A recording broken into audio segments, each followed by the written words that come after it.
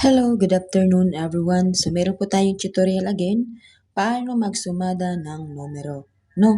So paano nga ba magsumada ng mga labas, ng mga numero? Kasi po marami po ang mga nagtatanong sa akin kung ano daw po yung mga sumada ng ganito, ganyan, kasi ito daw po yung labas. 'Di ba? Kasi ako po ay nahihirapan na kung paano po ako mag-explain sa kanila na hindi naman po talaga dapat bawat labas ay magsusumada. Kasi po hindi naman po talaga ganun. Dahil ang sumada ng bawat numero ay 4, no? So tingnan natin guys.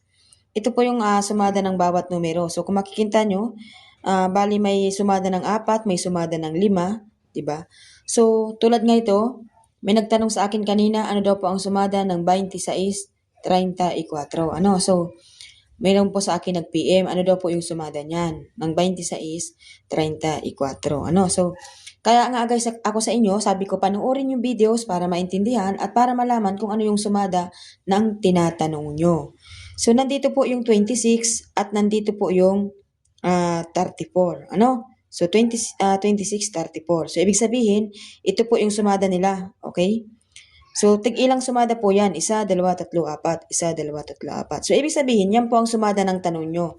Ang sumada po ng 26, 34 ay itong 7, 16, 25, 8, 17, saka 35. Okay? So, yan po ang sumada ng tanong nyo. Kaya nga po, sabi ko nga sa inyo, ang sumada po guys ay nasa post, nakapin, 'di ba? Kung ang tanong lang naman ninyo kung ano yung sumada ng bawat labas at ang bawat numero, so pwede niyo pong gawing mag-isa guys, hindi niyo na po, pwede pa akong abalahin. Ano? So magkaiba po kasi guys yung tanong ng sumada sa kung ano yung pwede ninyong tayaan.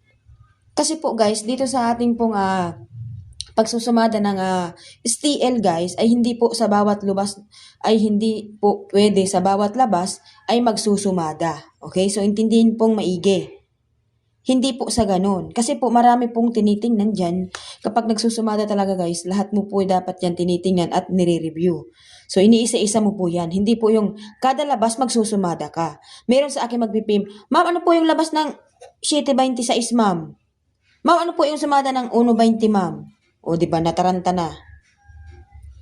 'Di ba? Simple lang naman yung tanong nyo eh. Kung yan ang tinatanong yung sumada, ay nandito po yan sa sumada ng bawat numero. Okay, sumada ng bawat numero. Okay? Kasi yun lang naman din naman ang tanong ninyo.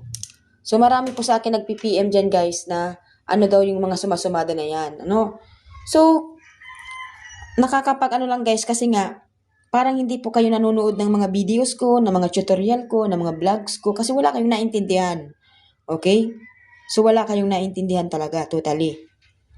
Kasi kung ang tanong ninyo guys, ano yung sumada ng labas nitong lugar na ito, for example guys, okay, so may papakita ako sa inyo, no? So nandito po tayo sa,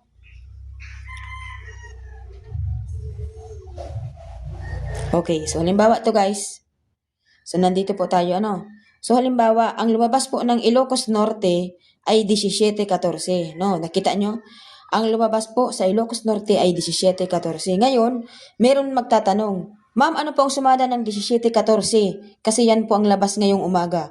O, edi tingnan nyo dito. Simple, di ba? Kasi, yun ang tanong nyo, ano yung sumada ng 17-14? So, nandito yung 17, nandito yung 14. So, yun ang sumada niya, guys. Kung ano yung nasa tapat niya, kung ano yung kasama niya, yun yung sumada niya. Okay ba? Gets na ba? Yun ang sumada. Kaya hindi nyo na guys kailangan pa magtanong sa akin kung ano yung sumada. Kasi guys, kahit kayo guys sa sarili ninyo, alam na ninyo kung paano niyo sasagutin yung sumada na yun. Kasi yun yung tanong nyo, ano yung sumada nito? 'Di ba? Ano daw yung sumada? Kasi po guys, ang pagsusumada kasi guys ng bawat numero guys ay hindi naman po sa bawat labas. Kasi kung bawat labas ay susumadahin mo, aba ay napakamilyonaryo mo, ang dami mo atang pantaya, 'di ba? So halimbawa, ang lumabas po kagabi ay 26, 34. So tingnan natin, hanapin natin yung sumada ng 26. So ang sumada ng 26 guys, ito yung kasama niya, 'di ba? So 8, 17, 26, 35. So, ito yung sumada ng 26. So, 1, 2, 3, 4. Okay, so yung 34 naman guys, nandito yung 34.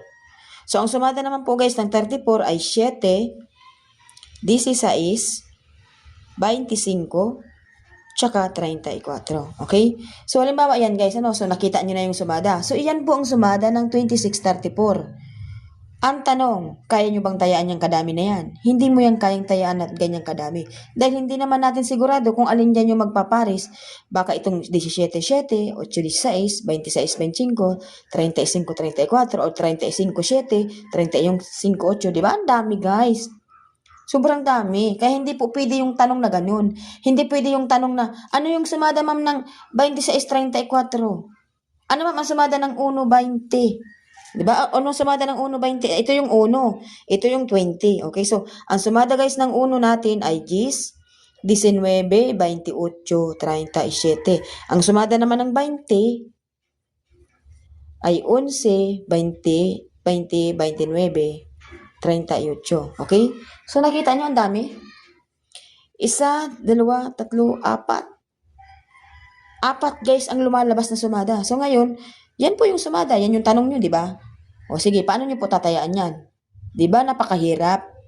Kaya wala pong ganun. Okay? Wala pong ganun guys. Dahil ang pagsusumada guys ay depende po dito sa ligaho na dapat na meron kayo. Dito po kayo titingin, ganyan po ang pagsusumada. Hindi po sa bawat labas ay maghihingi kayo ng sumada. Dahil ang sumada po, dito po kayo dapat magpo-focus.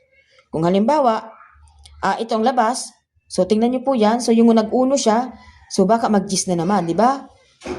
Kasi nag-uno, itong uno, sumada po yun ng gis. Tingnan nyo yung sumada ng uno, marami, di ba? So ibig sabihin, isa dyan ay maaaring lumabas or pwedeng hindi dyan ang kukuha ng lalabas. Pwede pong dito sa 7, pwede pong dito sa 26, pwede pong dito sa 22. Kasi po maraming numero ang lumabas, di ba?